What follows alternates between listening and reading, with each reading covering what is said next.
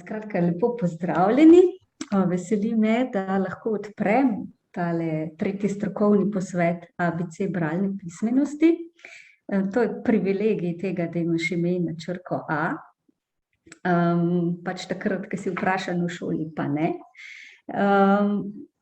Zdi se mi, da so taki dogodki odlična priložnost v premislek, kam lahko kako ljudi spet zapeljemo v branje.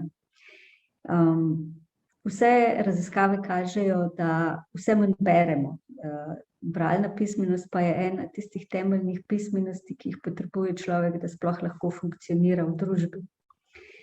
In da pač znamo, da razumemo besedilo, kaj beremo, kaj nam mediji sporočajo, kaj od nas zahtevajo neki obrazci, navodila, ukazi.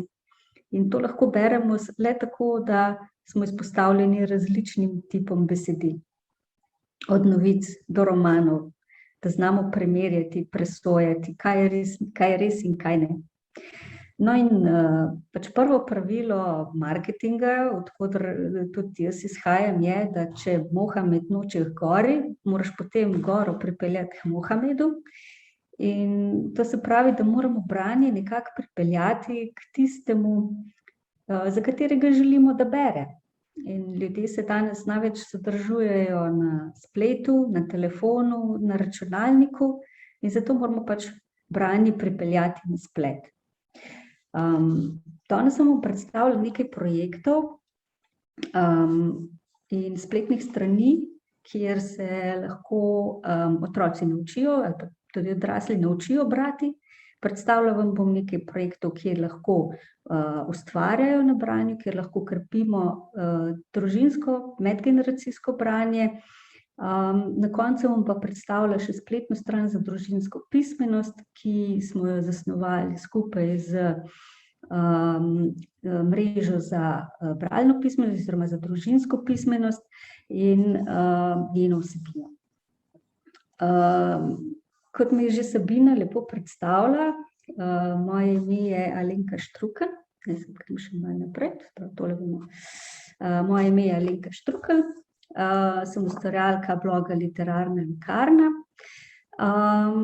Sem pa v bistvu od nedavnega, od 1. oktobra, ne samo sodelavka Andragoškega centra, ampak sem tukaj tudi zaposlena, ampak ne na projektu Družinska pismenost, temveč na projektu SVOS za krepitev kompetenc odraslih. Tako da za en tak kratek čas bom tudi tukaj še malo pomagala pri promociji tega, da pismenost pripeljemo tudi k odraslim.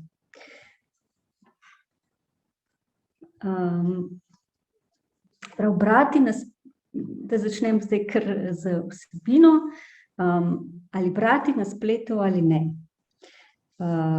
To, da je branje v tiskani obliki bolj učinkovito kot tisto spleta, seveda dokazujejo različne raziskave, pa tudi bralci sami, konec koncev.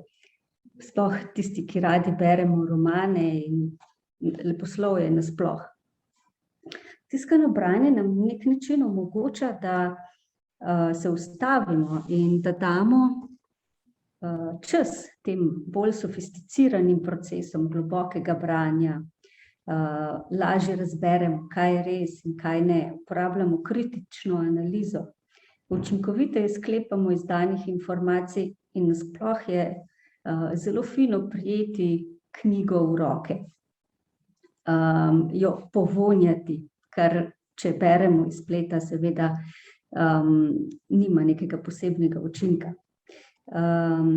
In prav tako ne zagovarjam, da bi otroci, namesto da bi prebrali celotno knjigo za domače branje, poiskali neke bližnjice ali na Wikipediji ali na kakšnih drugih spletnih straneh, kjer lahko prepišejo neko obnovo in se s tem zadovoljijo, kot da so pa zdaj naredili neko veliko delo.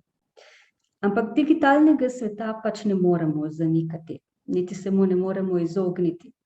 Še manj gremo lahko nazaj v čas, v preddigitalni čas. In tako se tudi v današnjem svetu branje nekako seli iz tiskanih oblik v branje prek spleta, tako na pametnih telefonih, tablicah, računalnikih. In zato se na ta način spreminja tudi naš odnos do branja. Pa ne samo to. Spreminjajo se tudi naši možgani. Patricia Greenfield iz Kalifornijske univerze v Los Angelesu pravi, da je plastičnost naših možganov, sposobnost odzivanja in prilagajanja na okolje ter izzivi, ki že tisočletja ohranjajo našo vrsto pri življenju, vse to spodbuja možgane, da lahko prevzamejo tudi značilnosti kateregakoli medija, na katerem beremo. Možgani se tako prilagodijo okolju.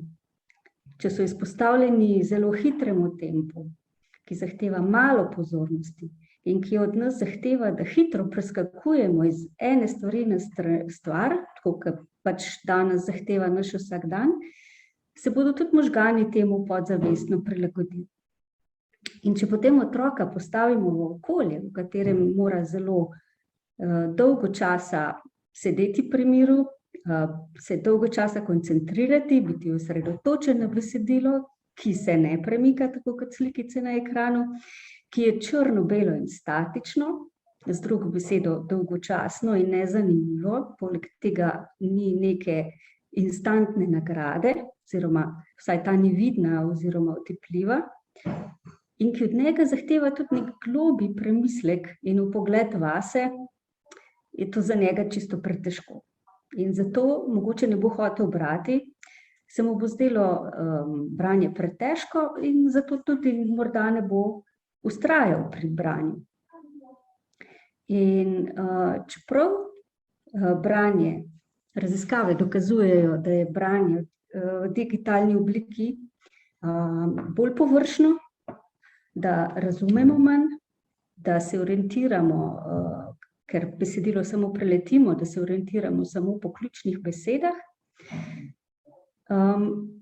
pa je branje prek spleta vseeno na nek način tudi uporabno in zanimivo.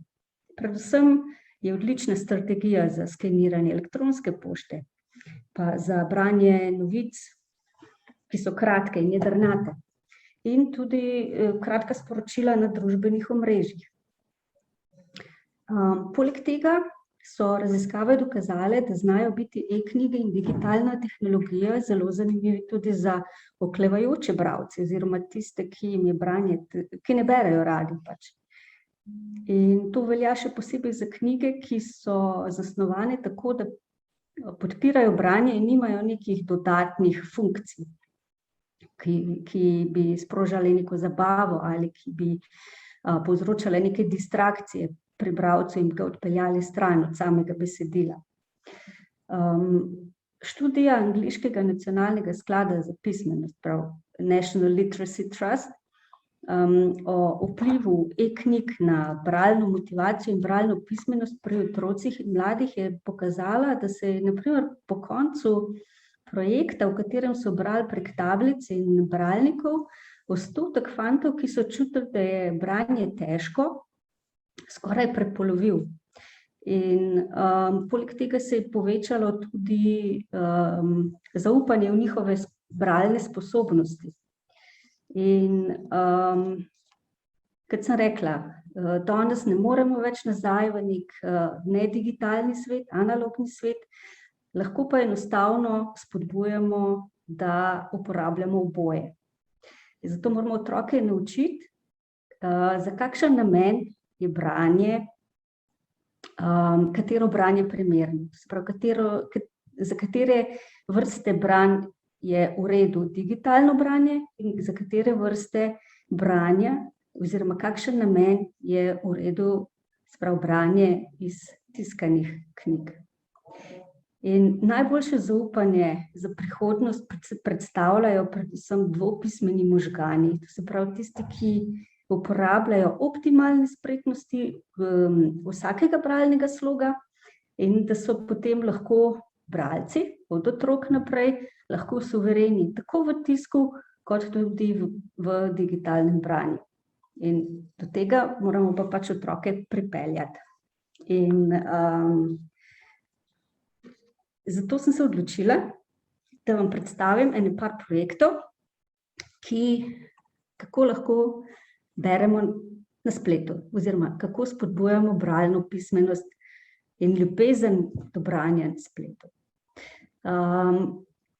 Svoje te projekte sem razdelila pač na 4 neke sklope. Prvi učimo se brati, potem neki bralno spodbujevalni projekti na spletu, kjer prek branja oziroma različnih platform, projektov, tako za družine kot za starejše učence spodbujamo branje in hkrati tudi druženje ob knjigi in seveda družbena omrežja, ki so tudi nek vir bralnih momentov, priporočil za branje. Na družbenih omrežjih tudi nastaja zdaj že literatura, primerna za ta okolja. In seveda na koncu še spletna stran za družinsko pismenost, kjer pa so nekako zbrane na enem mestu zbrane informacije za vse, ki bi radi v svojo družino vsak dan vpeljali več pismenosti. Prva izmed teh predstavljenih stvari je, naj samo toliko v začetku povem še, da jaz z nobenim od teh projektov nisem posebej povezana, razen z nacionalnim mesecem skupnega branja in spletno stranjo za družinsko pismenost. Vse ostalo so res samo predlogi oziroma možnosti, ki jih danes splet pri nas ponuja. Prva stvar je aplikacija za učenje branja. Obstajata v bistvu 2 aplikaciji, ki sta slovenskega porekla in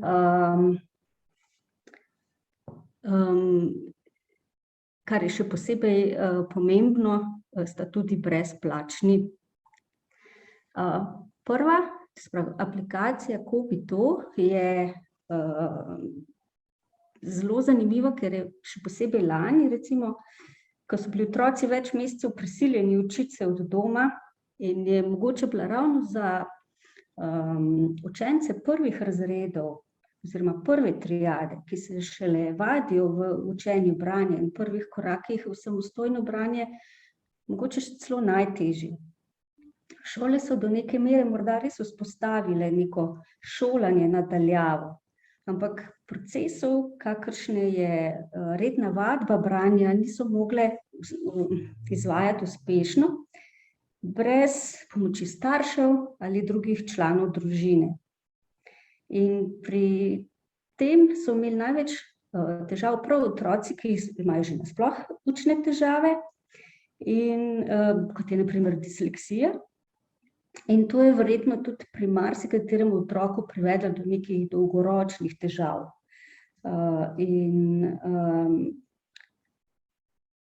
Med temi težavami so pa tudi težave z bralno pismenostjo pri prvošolcih, ki so se z branjem šele srečali. In zato je ta aplikacija Kobito zelo zanimiva, ker je namenjena prav temu, da otroci skoznjo vadijo to prvo veščino v učenju branja. To se pravi, da vežejo 2 glasova v eno enoto, to se pravi 2 črki v en zlog. To so te čisto osnovne vaje, potem se pa v tej aplikaciji nadgrajujejo, v tem, da se povezujejo v 3-črkovne, 4-črkovne, mislim, da tudi celo 5-črkovne besede. Na koncu, na recimo najvišji stopnji, pa že berejo tudi bolj zapletene besede, težje besede, ki jih tudi že povezujejo v preproste stavke in neke zgodbice. Več o sami aplikaciji si lahko poslušate na tej povezavi, ki je spodaj napisana. Če boste šli čez posnetek, si lahko potem prepišete, kliknite in boste dostopili do enega pogovora z avtorico te aplikacije, Ursulo Lavrenčič, ki vam bo vse o tej aplikaciji povedala na zelo en tak simpatičen način. No, potem pa še druga aplikacija, ki je pa recimo za nekje 6 do 10 let, ko se pa otroci če je prva taka, da uporablja velike tiskane črke, je ta taka, da uporablja male tiskane črke, oziroma še več omogoča, da se iz malih tudi velike in obratno pretvori besedilo, omogoča obarvanje besedila, sprav namenjena je tudi otrokom z disleksijo in drugim, ki mogoče imajo težave pri prepoznavanju posameznih glasov in črk. In ta aplikacija pač pomaga, da prepoznajo, katera je pravilna črka. No, zanimivo je pa tudi to, da lahko slikate katerokoli tiskano besedilo in ga potem prenesete v elektronsko obliko in ga potem na enak način lahko obdelujete oziroma berete na enak način kot besedila, ki so že znotraj te knjižnice.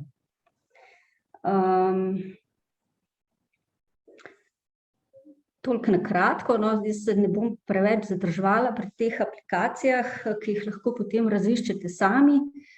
Se bom raje še več časa potem posvetila spletni strani za družinsko pismenost.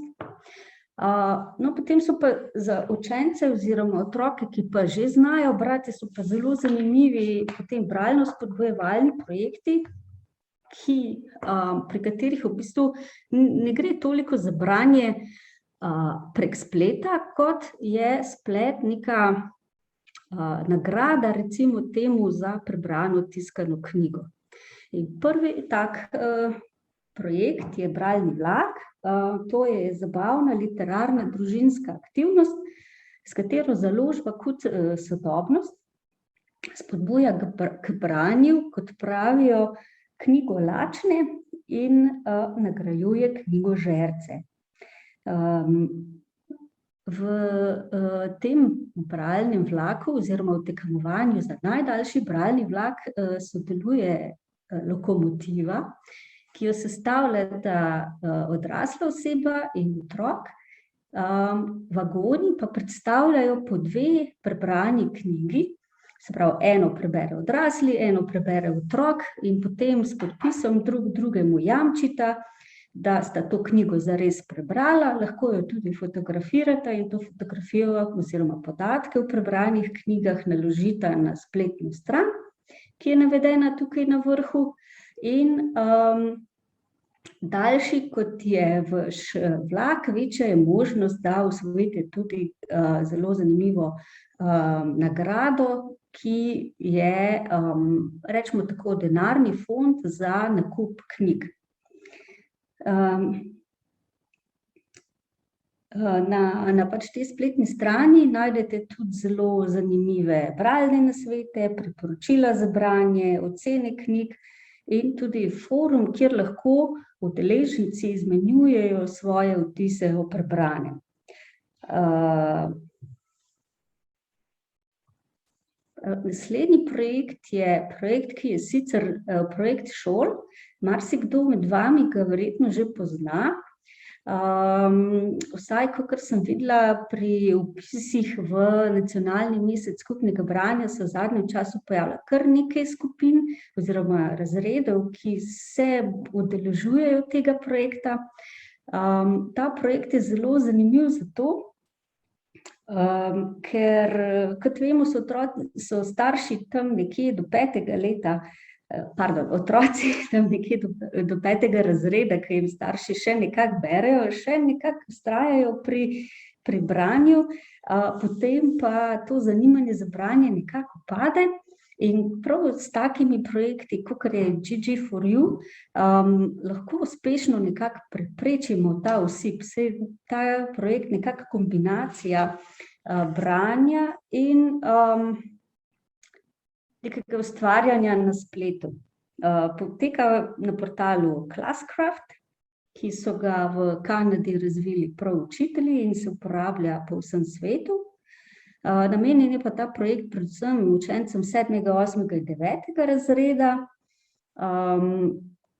V njem tekmujejo skupine 3 učencev, ki tekom tekmovanja preberejo 6 vrhunskih del za mlade.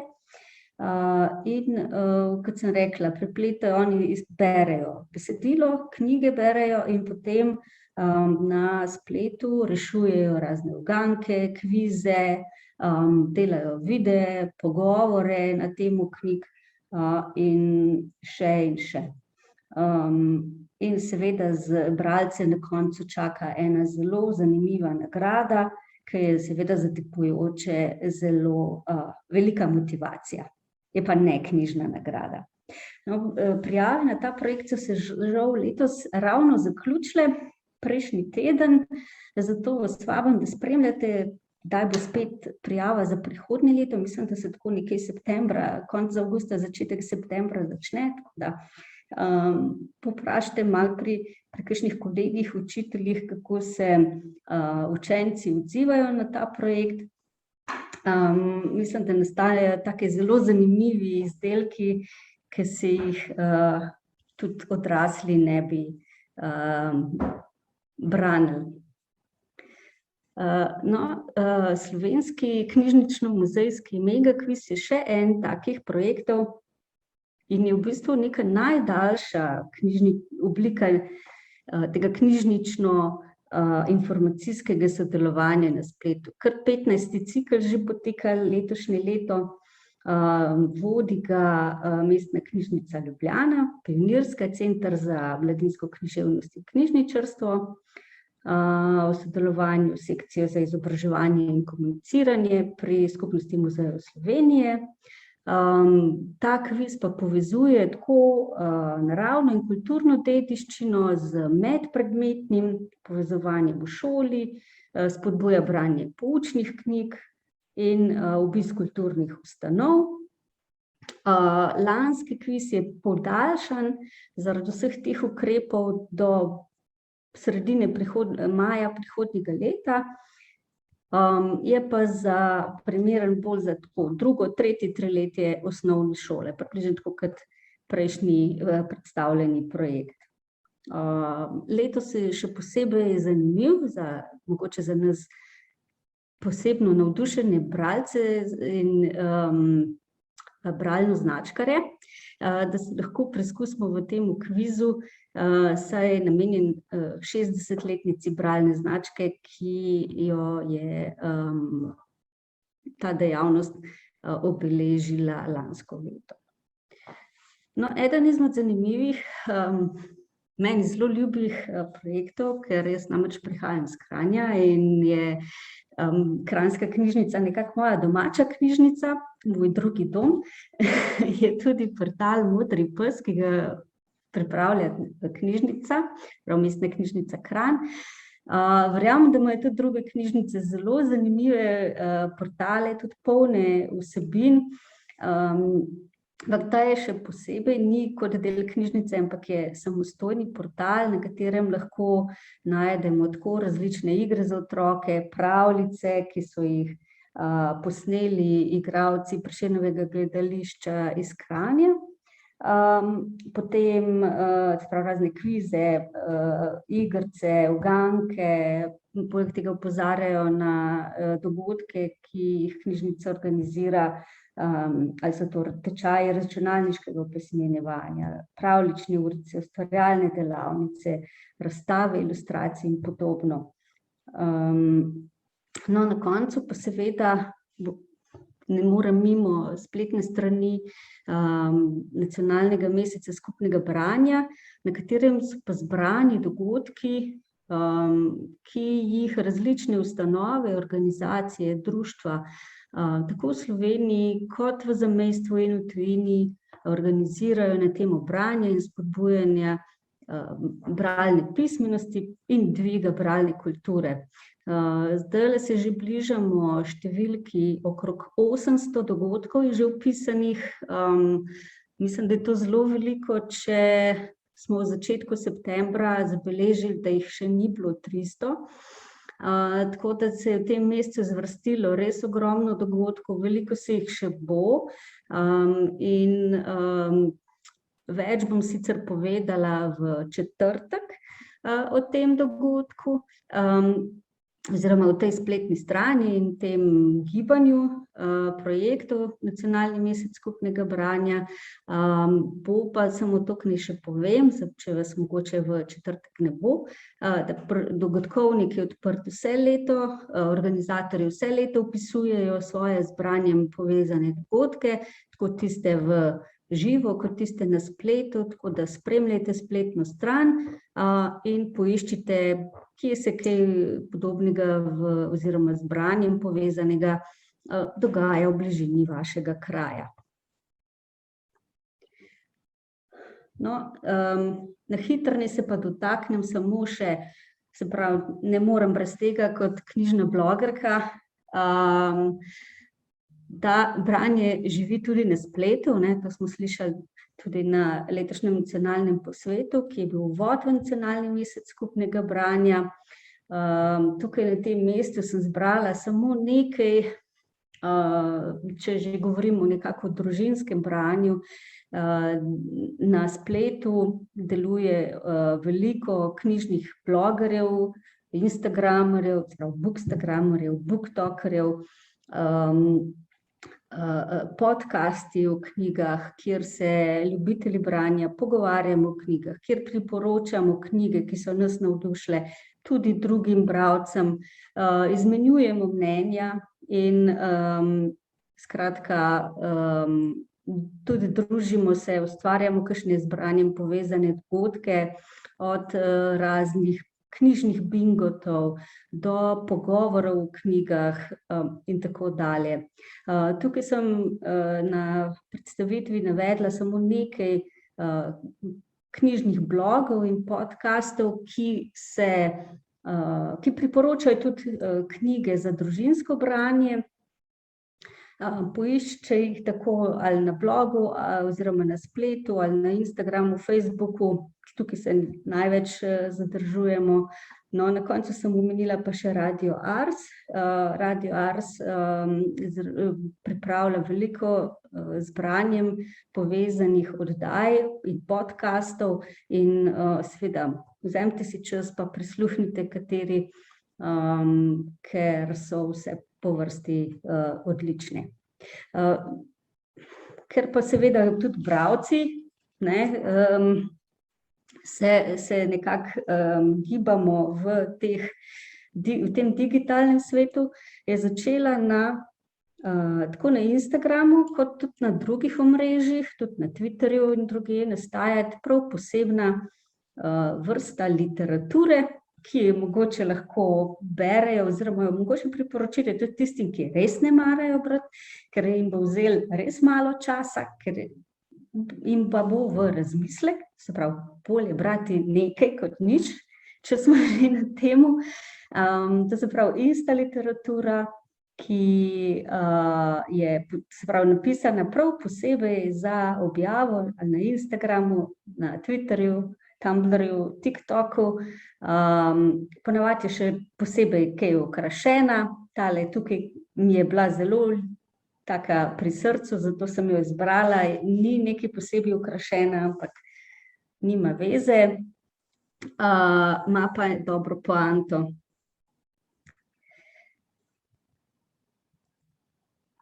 No, na koncu naj se pa pač posvetim še temu, za kar sem v bistvu nekako danes tudi tukaj, se pravi predstavitvi spletne strani Družinska pismenost. Stran je nastala nekako že pred leti, letos smo jo prenovili, dopolnili, obogatili z vsebino. Stran je namenjena tako staršem, ki bi radi približali pismenost, branje, pa ne samo branje, temveč tudi razumevanje, računanje, skratka vse skozi neke vsakdanje dejavnosti otrokom, na drugi strani pa tudi strokovnjakom, ki bi radi staršem pomagali uvajati več pismenosti v družinsko življenje. Spletna stran nastaja v sodelovanju z mrežo za družinsko pismenost in strokovnjaki s področja razvoja družinske pismenosti in bralne kulture, podpirajo pa jo Ministrstvo za izobraževanje, šolstvo in šport, še posebej Urad za razvoj izobraževanja, Ministrstvo za kulturo in pa Andragoški center Slovenije, kjer smo tudi nekako tisti, ki stran urejamo. Kaj torej najdemo na tej spletni strani? Stran je res zelo bogata in tukaj boste našli tako strokovne prispevke širšega področja družinske pismenosti, nasvete za spodbujanje učenja in motiviranja za branje, priporočilne bralne sezname in nagrajene knjige, projekte in programe spodbujanja branja pri nas, dejavnosti in projekte oziroma programe za družine, video in zvočne vsebine, tako izobraževalne kot zabavne, bralno spodbujevalne dogodke in pa seveda vam ponujamo tudi, da sami postavite vprašanje povezano z družinsko pismenostjo našim strokovnjakom. Če si še malo bolj podrobneje pogledamo, jaz ne bom zdaj scrollala po sami spletni strani, čisto plastično vam bom pokazala, kaj vse dobimo tukaj, ker bi bilo res predolgo, pa mogoče ne bo tako učinkovito.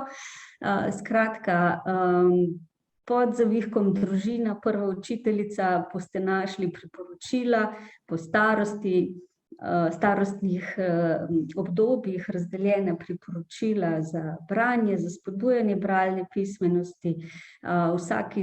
Vsakemu članku sledi tudi še neka priporočila za dodatno branje oziroma vas preusmerimo tudi na kakšne zunanje strani, kjer lahko poiščete potem še več informacij. Pod knjige za družine boste našli pestro paleto priporočil za ustvarjanje domače knjižnice.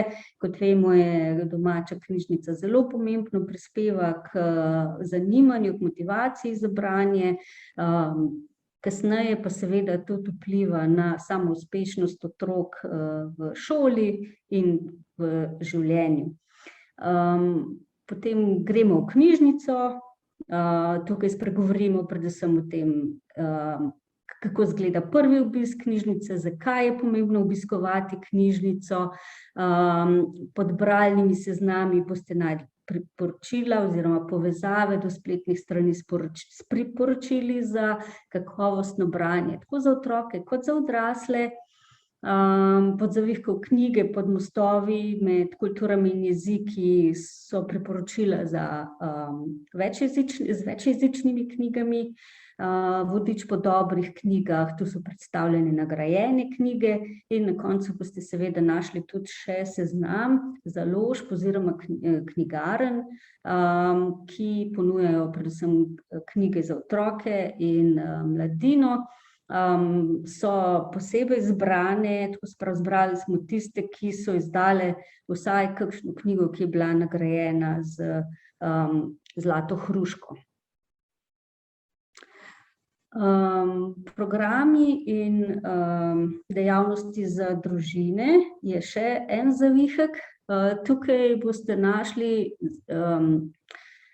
zelo veliko priporočil, recimo po dejavnosti za družine bodo zbrana priporočila, kako lahko, da boste videli, da v bistvu branje se ne skriva samo v knjigah, temveč lahko beremo tudi med sprehodom v naravi, med obiskom kakšnega posebnega dogodka ali pravljičnega festivala ali gledališke predstave, kino predstave, kakšna so priporočila za branje, kako iti v gledališče z majhnimi otroki, kaj je treba upoštevati pri tem, ko izbiramo predstave. Skratka, vse opremo vas z vsem znanjem in informacijami, ki jih potrebujete zato, da bi vse te vaše dejavnosti nekako izpeljali, da bi bile prijetne za vse. Potem pa navajamo seveda pod programi, pa navajamo različne programe, kot programe družinske pismenosti, družinskega branja, medgeneracijskega učenja, pravljične urice. Izbrali smo tiste, ki so se nam zdele v tem trenutku najbolj zanimive, najbolj pestre in bogate. Seveda pa je stran ni nekako zacementirana, ampak jo bomo dopolnjevali. Tako da, če imate kakšne zanimive vsebine, preglejte spletno stran in seveda tudi vabljeni, da prispevate oziroma nas obvestite, če imate kaj zanimivega oziroma če kaj na strani po vašem mnenju tudi manjka. Na strani video in zvočne vsebine, ki sem jih že prej omenila, boste našli izobraževalne filme, ki so nastale v Andragoškem centru Slovenije in govorijo o tem, kako opismenjevati, kaj je pomembno pri temu. Pri podcastih in oddajah smo naredili neki zbor podcastov in oddaj, tako radijskih kot televizijskih oddaj, ki govorijo na temo branja, bralne pismenosti, spodbujanje k branju. Med video in zvočnimi vsebinami za otroke pa boste našli zbrane različne pravljice, tako radijske pravljice, televizijske, pravljice Čebelice z TV Slovenija, pravljice z radija Ars, pa potem povezavo do pravljic za 2 groša fantazije, lahkonočnic in tudi do portretov slovenskih pisateljev, ki so nastali pod vodstvom Društva slovenskih pisateljev.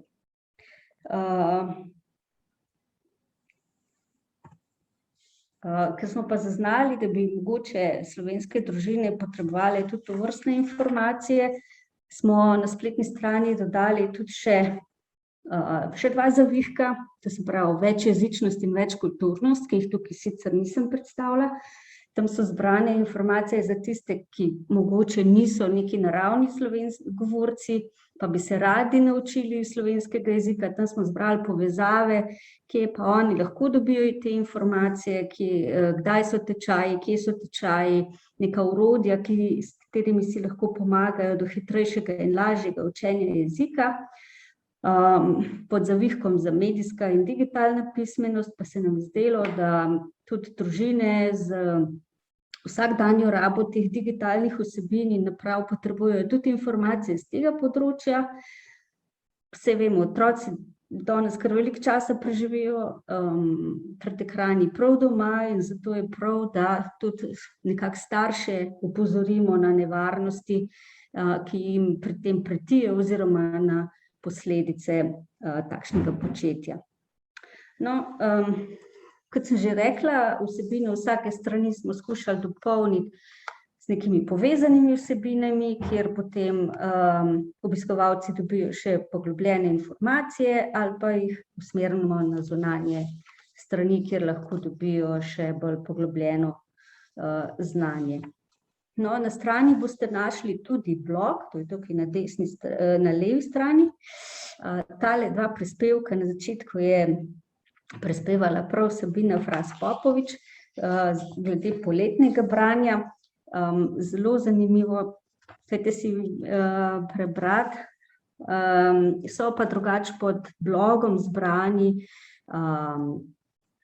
so zbrana najrazličnejša razmišljanja o družinski pismenosti v najrazličnejših oblikah in tudi zelo različnih pojmih, ki so povezani z njo.